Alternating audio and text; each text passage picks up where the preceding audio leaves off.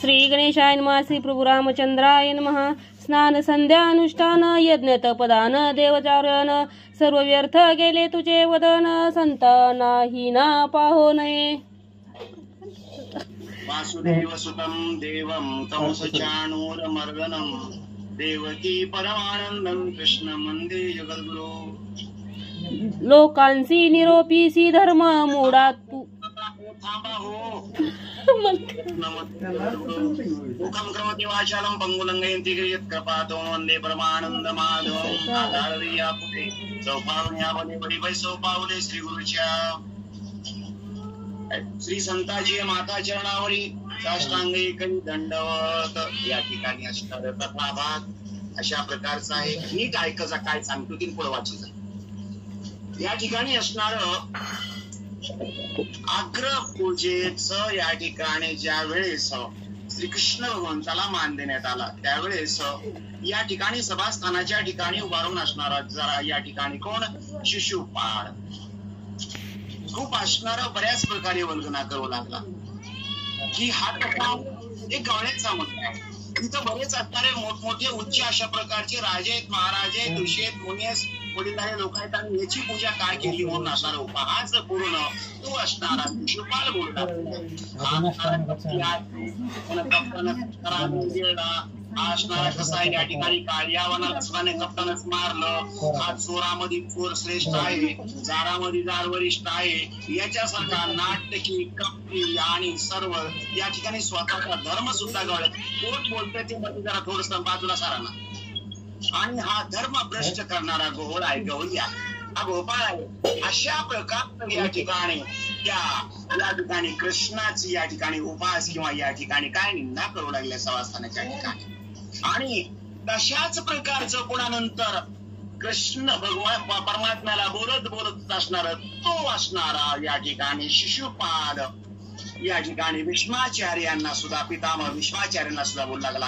अरे भीष्मा तू कसा आहेस, तू सुद्धा दुर्जन कमी नाहीस बरं का.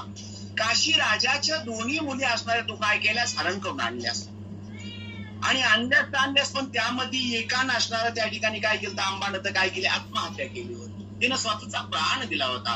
कशावर तुझ्यावर असणार तू नपुसक आहे, तू षण्ण आहेस. अशा प्रकारचं पितामह भीष्माचार्याला सुद्धा तो या ठिकाणी उपेक्षणा करून बोलू लागला. आणि पुन्हा का नाही स्नान संध्या अनुष्ठान जप देवतार्चन सर्व असणार तुझं व्यर्थ आहे.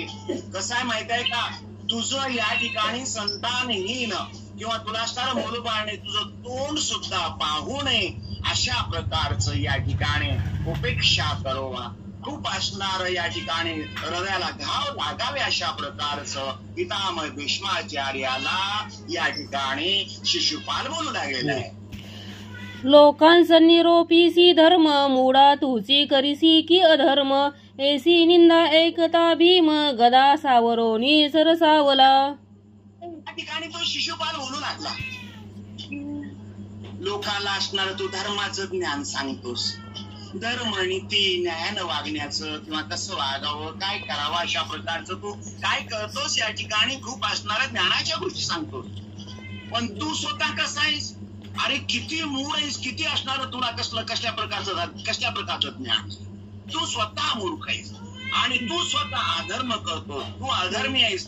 अशा प्रकारचं बोलत असताना तो शिशुपाल त्याची निंदा ऐकून भीमाला खूप राग आला आणि रागानं काय केलं त्या ठिकाणी भीमानं असणार आपली गदा हातामध्ये घेतली आणि या ठिकाणी पुढं सरसावलेला आहे. काय बोलतो भीम किंवा कशा प्रकारचं काय होतं ते ऐका.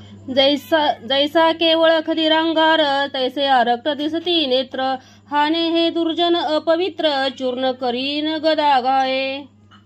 रागानं तप्त होऊन जशा प्रकारचं या ठिकाणी अग्नी पेटावा आणि शांत झाल्याचं सुद्धा आग असणार जसं दिसावी या ठिकाणी असं कोळशाचा जसे आग दिसते का या ठिकाणी एकदम लाल बुंद तशा प्रकारचे असणार काय डोळे रक्त लाल बुंद या ठिकाणी भीमाचे डोळे दिसू लागले. रागानं तप्त झालेला आहे आणि त्या ठिकाणी भीम बोलू लागले तर हा दुर्जन दुष्ट या ठिकाणी अपवित्र आणि हा या ठिकाणी असं या ठिकाणी बोलतो म्हणून रागानं तप्त होऊन भीम काय म्हणतात, या ठिकाणी काय करेन, एका गदाच्या असणार गावामध्ये असणार तुला चूर्ण करून टाकीन, काही तुझं उरीच उरू देणार नाही, असं शिशुपालाला भीम बोलू लागले आहेत. भीष्मे धरून भीमाचा हस्त, हाने क्षण एक राहे तू निवांत, याचे आयुष्य उरले किंचित, जवळी अनर्थ पातला. मग भीष्माचार्याने काय केलं, भीमाचा हात धरला आणि त्या ठिकाणी भीमाला सांगू लागले, हे भीमा तू काय कर, या ठिकाणी क्षण एक थोडस तू निवांत राहा, शांत राहा, राग करू नको, या ठिकाणी क्षोभित होऊ नको, रागात येऊ नको, कारण का याचा विषयच राहिले की म्हणजे आता थोडस राहिले म्हणजे या ठिकाणी कसं झालंय, त्या ठिकाणी आता अनर्थ होण्याचं वेळ जवळ आलेली आहे, अनर्थ होण्याची वेळ येऊन गेलेली आहे. हा जो बोलतोय, हा जो निंदा करतोय, हा जो वल्गना करतोय, करू दे, या ठिकाणी तू काय कर, क्षण एक निवांत राहा, त्याचं आता थोडंच आयुष्य उरलंय बरं का, वेळ जवळ आलेली आहे. शिशुपाल भीमास हाने अवधारी, सोडी भीमदे येऊ दे मजवरी, जात वेद पंगतासी भस्म करी, तैसे करीन निर्धारे. या ठिकाणी असणार शिशुपालानं जे काही भीष्माचार्य बोलत होते ते ऐकलं. ऐकल्याच्या नंतर या ठिकाणी शिशुपाल म्हणाला, हे भीष्मा, हे असणार या ठिकाणी भीष्माचार्य, हे पितामह, तुम्ही ऐका म्हणला, तू सोड म्हणले भीमाचा हात, येऊ दे म्हणले माझ्यावर, या ठिकाणी येऊ दे, माझ्याकडे येऊ दे त्याला.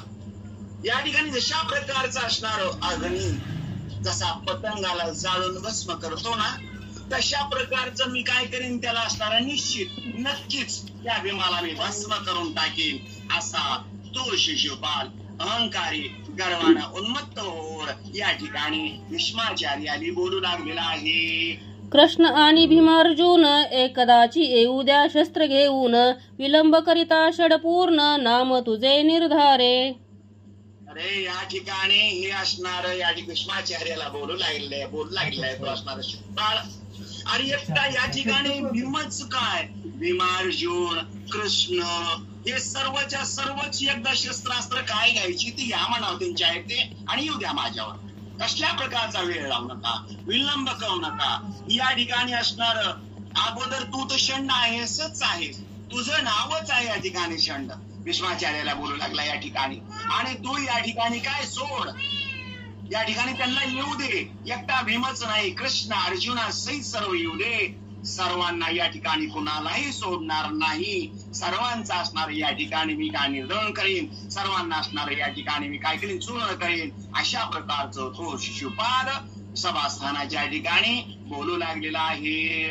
ऐसे दुष्ट उत्तरे बोलत, तितुकी क्षमा करून गंगासूत, भीमासहाने एक वृत्तांत पूर्वीचा तुझ सांगतो. जितकं दुष्ट वचन, दुरुक्त वचन जे असणार एक असणार तसं या ठिकाणी असणार, असं वज्र पर्वताला लागतं तसं हृदयाला लागणारे शब्द हा शिशुपाल बोलत आहे. तेव्हा तितके शब्द, तितकं दुरुक्त वचन, तितकं असणार दुष्ट वचन तो शिशुपाल बोलत असताना सुद्धा त्या ठिकाणी काय केलं, भीष्माचार्याने त्याला क्षमा केली, माफ जाऊ द्या म्हणले, ह्याची वेळ जवळ आली ती म्हणतात ना, या ठिकाणी काहीतरी त्याला कळून आलं होतं असं करायला लागले, तशा प्रकारचं त्या ठिकाणी कुठल्या प्रकारचं अरिष्ट वागणारा एखादा समजा म्हणत असावा, काहीतरी अतिच वागत असावा, सहज माणसाच्या वाणीतून निघतायची त्याचं काहीतरी भरून आलेलं आहे, अशा प्रकारचं या ठिकाणी त्याला जेवढं बोललं तेवढं या ठिकाणी भीष्माचार्याने माफ केलं. आणि भीमाला सांगू लागले, भीमा एक वृत्तांत सांगतो, एक असणार कथानक सांगतो, आणि ते असणार पूर्वीच असणार, पूर्वीच जे काही समजा कथन आहे, पूर्वी काय घडलेलं आहे, पूर्वीचा काय वृत्तांत आहे मी तुला सांगतो, अशा प्रकारचं भीष्माचार्य या ठिकाणी भीमाला बोलू लागलेले आहेत. दमघोषाची पत्नी सात्वती, ती वसुदेवाची भगिनी निश्चिती, तिचे उदरी हा पापमती, शिशुपाल उपजला. या ठिकाणी सांगू लागले भीष्माचार्य, दमघोष नावाचा असणार आहे, त्या असणार त्याची पत्नी सत्वती होती. ती कोण होती, वसुदेवाची असणार बहीण होती, आणि वसुदेवाची बहीण असणारी ती सत्वती, आणि त्या असणारा तिचा पती असणारा दमघोष यांच्या असणार पोटी हा शिशुपाल नावाचा पापी, हा पाप विचार करणारा पापी बुद्धीचा पापमती त्यांच्या पोटी असणारा जन्मलेला आहे असं पितामह भीष्माचार्यांनी कथन पूर्वीच मला सांगायला चालू केलं. श्री गणेशाय नमः, श्री सरस्वते नमः, श्री प्रभु रामचंद्राय नमः. उपजता पाहे बालक जननी, तो भुजांवरी भुजा दोन्ही, कपाळी नेत्र वगुनी, हा पाप खानी उपजला. मग या ठिकाणी बरं का भीमाला सांगू लागले भीष्माचार्य, हे जन्मल्याच आता जन्म झाल्या याच्या आईनं याला पाहिल्याच्या नंतर याच्या जी भुजा होत्या का, त्या भुजावर 2 भुजा दुसऱ्या होत्या. कोणा कपाळाच्या ठिकाणी असणार एक असणार, तृतीय डोळा होता याच्या, तिसरा डोळा होता आणि हा अवगुणी उपजा जन्मताच अवगुणी. हे पाहिलं त्याच्या आईनं आणि तिने विचार केला हे पापाची खाण आहे, हा पापिष्ट आहे, दुष्ट आहे, कोणीतरी दुष्ट अशा प्रकारचा या ठिकाणी जन्मला असं या ठिकाणी त्याच्या आईनं स्वतः त्या ठिकाणी विचार केला. लोकानती अवचिन्ना माता हाने टाका बाहेर नेऊन, तो आकाशी देववाणी बोले गरजून, न टाकी बालक सर्वथा.